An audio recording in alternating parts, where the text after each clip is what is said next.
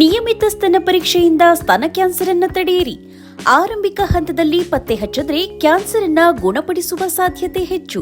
ಸ್ತನ ಕ್ಯಾನ್ಸರ್ನ ಆರಂಭಿಕ ಪತ್ತೆಗಾಗಿ ಸ್ಕ್ಯಾನ್ ಮಾಡಿಸಿಕೊಳ್ಳಿ. ಸಂಪರ್ಕಿಸಿ ನಂಜಪ್ಪ ಆಸ್ಪತ್ರೆ, ಕುವೆಂಪು ರಸ್ತೆ, ಶಿವಮೊಗ್ಗ. ದೂರವಾಣಿ ಸಂಖ್ಯೆ 0818226800 ಅಥವಾ 0818223967 ಮತ್ತು ಮಾಗನೂರು ಬಸಪ್ಪ ರಸ್ತೆ, ದಾವಣಗೆರೆ. ಸಂಪರ್ಕಿಸಿ 0812260111 ಅಥವಾ 081922603333. ಸರ್ಫಾ ಕೋಟ್ಸ್, ಸರ್ಫಾ ಕೋಟ್ಸ್, ಸರ್ಫಾ ಕೋಟ್ಸ್ ರವರ ಸುದೀರ್ಘ ಬಾಳಿಕೆಯ ಸುಂದರವೂ ಆದ ಜಲಾಧಾರಿತ ಪರಿಸರ ಸ್ನೇಹಿ ಪೇಂಟ್ಗಳನ್ನೇ ಬಳಸಿ. Sarfa luxury emulsion paint, odourless, low VOC, good for health, good for earth. Sarfa coats. ಮುಖ್ಯಮಂತ್ರಿ ಮತ್ತು ಉಪಮುಖ್ಯಮಂತ್ರಿಗಳ ನಡುವಿನ ಕಿತ್ತಾಟಕ್ಕೆ ಸದ್ಯಕ್ಕೆ ತಾತ್ಕಾಲಿಕ ಬ್ರೇಕ್ ಬಿದ್ದಿದೆ. ಸಿಎಂ ಮತ್ತು ಡಿಸಿಎಂ ಒಟ್ಟಿಗೆ ಪ್ರೆಸ್ ಮೀಟ್ ಮಾಡುವ ಮೂಲಕ ಹೃದಯಾಘಾತಕ್ಕೆ ಸದ್ಯಕ್ಕೆ ಸ್ಟಂಟ್ ಹಾಕಿ ಜೀವ ಉಳಿಸಿದ್ದಾರೆ. ಆದರೆ ಅಧಿವೇಶನದ ಬಳಿಕ ಈ ಕಿತ್ತಾಟ ಮುಂದುವರಿಯಲಿದೆ ಎಂದು ಸಂಸದ ಬಿವೈ ರಾಘವೇಂದ್ರ ತಿಳಿಸಿದರು. ಶಿವಮೊಗ್ಗದಲ್ಲಿ ಮಾಧ್ಯಮಗಳಿಗೆ ಪ್ರತಿಕ್ರಿಯೆ ನೀಡಿದ ಬಿವೈ ರಾಘವೇಂದ್ರ, 1 ತಿಂಗಳಿನಿಂದ ಸಿಎಂ ಕುರ್ಚಿ ನಾಟಕ ನಡೆಯಿತು. ಈಗ ಇಬ್ಬರೂ ಒಟ್ಟಿಗೆ ಪ್ರೆಸ್ ಮೀಟ್ ಮಾಡಿದ್ದಾರೆ. ಸರ್ಕಾರ ಮಾಡಿರುವ ತಪ್ಪನ್ನು ಈಗ ಮಾಧ್ಯಮ ಮತ್ತು ಪ್ರತಿಪಕ್ಷದ ಮೇಲೆ ಹಾಕುತ್ತಿದ್ದಾರೆ. ಕಾಂಗ್ರೆಸ್ ಸರ್ಕಾರ ಬಂದ ಬಳಿಕ ಸಿಎಂ ಸ್ಥಾನ ಹಂಚಿಕೆ ಗುದ್ದಾಟ ನಡೆದಿದೆ. ಈ ಹಿನ್ನೆಲೆಯಲ್ಲಿ ಸರ್ಕಾರದಲ್ಲಿ ಅಧಿಕಾರಿಗಳು ಕೆಲಸ ಮಾಡುತ್ತಿಲ್ಲ, ಎಲ್ಲರೂ ಅಬದ್ಧತೆ ಮತ್ತು ಗೊಂದಲದಲ್ಲಿದ್ದಾರೆ ಎಂದು ಸಂಸದ ಬಿವೈ ರಾಘವೇಂದ್ರ ಸರ್ಕಾರವನ್ನು ತರಾಟೆಗೆ ತೆಗೆದುಕೊಂಡರು.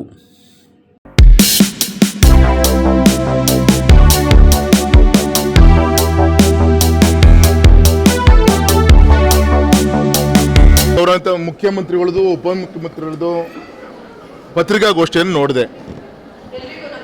ಅದು ನೋಡಿದಾಗ ನನಗೆ ಅನಿಸ್ತು, ಏನು ಕರ್ನಾಟಕ ಸರ್ಕಾರಕ್ಕೆ ಕಾರ್ಡಿಯಾಕ್ ಅಟ್ಯಾಕ್ ಆಗಿತ್ತು. ಸದ್ಯಕ್ಕೆ ಒಂದು ಸ್ಟಂಟನ್ನು ಹಾಕುವಂಥ ಕೆಲಸವನ್ನು ಅವರೇ ಆಪರೇಷನ್ನು ಅವರ ಮುಖ್ಯಮಂತ್ರಿಗಳ ಮನೆಯ ಒಂದು ಗೃಹದಲ್ಲಿ ಮೈನರ್ ಆಪರೇಷನ್ ಆಗಿದೆ. ಅದು ಸ್ಟಂಟ್ ಹಾಕುವಂಥ ಕೆಲಸ ಆಗಿದೆ. ಆಫ್ಟರ್ ದಿಸ್ ಸೆಷನ್ ಸದ್ಯಕ್ಕೇನು ವಿಧಾನಸಭಾ ಅಧಿವೇಶನ ಬರ್ತಾ ಇದೆ, ಹಾಗೆ ಟೆಂಪ್ರರಿ ಒಂದು ಅರೇಂಜ್ಮೆಂಟ್ ಮಾಡ್ಕೊಂಡಂಗೆ ಕಾಣುತ್ತೆ. ಆಮೇಲೆ ಅದು ಸಿಸರಿನ್ನೋ ಏನು ಅಂತೇಳಿ ವಿಧಾನಸಭಾ ಅಧಿವೇಶನ ಆದಮೇಲೆ ಈ ರಾಜ್ಯ ಜನರಿಗೆ ಗೊತ್ತಾಗುತ್ತೆ. ಆಮೇಲೆ ಪೇಷಂಟು ಬದುಕುತ್ತೋ ಸತ್ತುತ್ತೋ ಸರ್ಕಾರ ಅನ್ನೋದು ಆಮೇಲೆ ಗೊತ್ತಾಗುತ್ತೆ. ನಾನು ಈ ಸಂದರ್ಭ ಇಷ್ಟೇ ಹೇಳೋದು, ಅವ್ರ ಪತ್ರಿಕಾಗೋಷ್ಠಿ ನೋಡಿದಂಗೆ ಆಶ್ಚರ್ಯ ಆಯಿತು.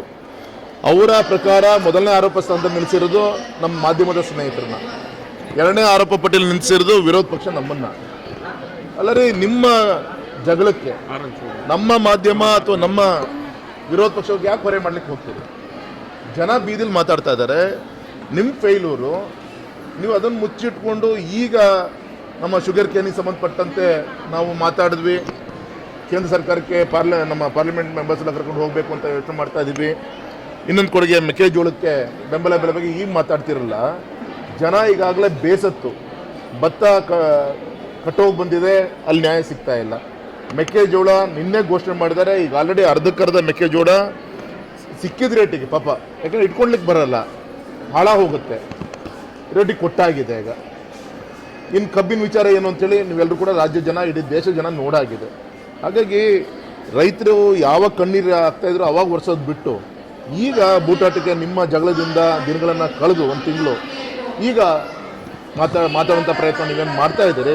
ಜನ ಯಾವುದೇ ಕಾರಣಕ್ಕೂ ಕ್ಷಮಿಸಲ್ಲ. ಮತ್ತು ಇವತ್ತು ಏನಾಗಿದೆ, ಹಿಡಿದು ಟೆಂಪ್ರವರಿ ಪ್ಯಾಚ್ ವರ್ಕ್, ಆಗಲೇ ಹೇಳಿದಾಗೆ ಸದ್ಯಕ್ಕೆ ಒಂದು ಸಣ್ಣ ಸ್ಟಂಟನ್ನು ಹಾಕ್ಕೊಂಡು ಮುನ್ನಡೆಸುವಂಥ ಪ್ರಯತ್ನ. ಆಫ್ಟರ್ ದಿಸ್ ಸೆಷನ್ ವಿಧಾನಸಭಾ ಅಧಿವೇಶನ ಆದಮೇಲೆ ನಿಜವಾದ ಇನ್ನೊಂದು ಮುಖವನ್ನು ನಾವೆಲ್ಲ ಕೂಡ ನೋಡಿದ್ದೀವಿ. ಸರ್ ಆಡಳಿತ ಸರ್ಕಾರ ಬಂದಾಗಿಂದ ಮಾರದಿಂದನೇ ಬಿದ್ದು ಹೋಗಿದೆ ಸರ್. ಅವತ್ತಿಂದನೇ ಚರ್ಚೆ ಇರುತ್ತೆ ಎಲ್ರದ್ದು ಕೂಡ. 2 ವರ್ಷ ಆದಮೇಲೆ ಇವರಂತೆ ಚರ್ಚೆಗಳು. ಅರೆ ನೀವೇ ಎಷ್ಟು ಮಾಡಿ, ಒಬ್ಬ ಮುಖ್ಯಮಂತ್ರಿಗಳು ಇನ್ನು 2 ವರ್ಷ ಬಿಟ್ಟು ಮುಖ್ಯಮಂತ್ರಿ ಸ್ಥಾನ ಚೇಂಜ್ ಆಗುತ್ತೆ ಅಂದಾಗ ಅಧಿಕಾರಿಗಳು ಯಾವ ರೀತಿ ಸ್ಪಂದನೆ ಮಾಡೋಕ್ಕೆ ಸಾಧ್ಯ? ಇದು ಕಳೆದ 2 ವರ್ಷ ನಾನು ನೋಡಿದ್ದು. ಯಾವುದೇ ಕೆಲಸಗಳು ಆಗಿಲ್ಲ. ನಮ್ಮ ಕೂಗಿಗೆ ಬೆಲೆ ಕೊಟ್ಟು ಈಗ ಸ್ವಲ್ಪ ಗುಂಡಿ ಮುಚ್ತಾ ಇದ್ದಾರೆ. ಇನ್ನು 2.5 ವರ್ಷ ಇದು ಇದೇ ರೀತಿ ನಡೆಯುತ್ತೆ ಸರ್. ನಮ್ಮ ದೌರ್ಭಾಗ್ಯ ನಮ್ಮ ಕರ್ನಾಟಕದ ಜನರದ್ದು ಅಂತ ನಾನು ಹೇಳಲಿಕ್ಕೆ ಇಚ್ಛೆ.